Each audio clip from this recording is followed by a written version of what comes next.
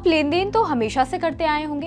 पहले नोट देकर किया करते थे, अब फोन इस्तेमाल करते हैं। पर क्या आप जानते हैं कि अब ये तरीका भी बदलने वाला है? कैसे?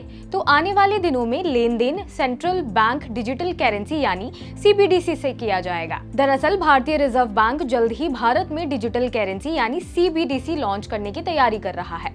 रिजर्व बैंक के साथ साथ दुनिया भर के 86% केंद्रीय बैंक डिजिटल करेंसी पर काम कर रहे हैं।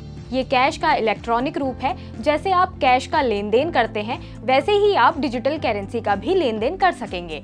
रिजर्व बैंक के डिप्टी गवर्नर टी रविशंकर भी कह चुके हैं कि भारत को डिजिटल करेंसी की जरूरत है। तो डिजिटल रुपया डिजिटल पेमेंट से कैसे अलग है? ज्यादातर डिजिटल पेमेंट चेक की तरह काम करते हैं। मसलन आप बैंक को ऑर्डर देते हैं, बैंक आपके अकाउंट में जमा पैसे से पेमेंट या ट्रांजैक्शन करता है। हर डिजिटल ट्रांजैक्शन में कई संस्थाएं, लोग शामिल होते हैं जो इस प्रोसेस को पूरा करते हैं। अब आप डिजिटल करेंसी या डिजिटल रुपये की बात करते हैं तो आपने भुगतान किया और सामने वाले को मिल गया।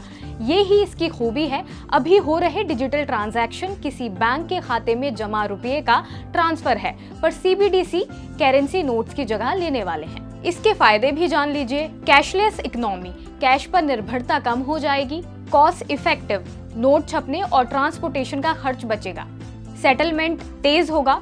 डिजिटल करेंसी से ट्रांजैक्शन जल्दी पूरे होंगे। भ्रष्टाचार, करेंसी की ट्रैकिंग हो सकेगी। Terror funding, crypto currency ban होगी तो टेरर फंडिंग को रोकने में मदद मिलेगी। अब आपके मन में सवाल उठ रहा होगा कि ये डिजिटल रुपया बिटकॉइन जैसी क्रिप्टो करेंसी से कैसे अलग होगा? दरअसल डिजिटल करेंसी का कॉन्सेप्ट नया नहीं है। ये बिटकॉइन जैसी क्रिप्टो करेंसी से आया है जो 2009 में लॉन्च हो गई थी। इसके बाद ईथर, डॉगकॉइन से लेकर 50 क्रिप्टो करेंसी लॉन्च हो चुकी हैं।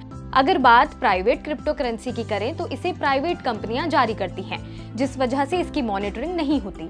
लेकिन भारत में लॉन्च होने जा रही डिजिटल रुपए की मॉनिटरिंग हो सकेगी और रिजर्व बैंक को मालूम होगा कि किसके पास कितना पैसा है। क्या अब तक किसी देश ने डिजिटल करेंसी लॉन्च की है? 6 साल की रिसर्च के बाद पीपल्स बैंक ऑफ चाइना ने अप्रैल 2020 में 2 पायलट प्रोजेक्ट शुरू किए थे।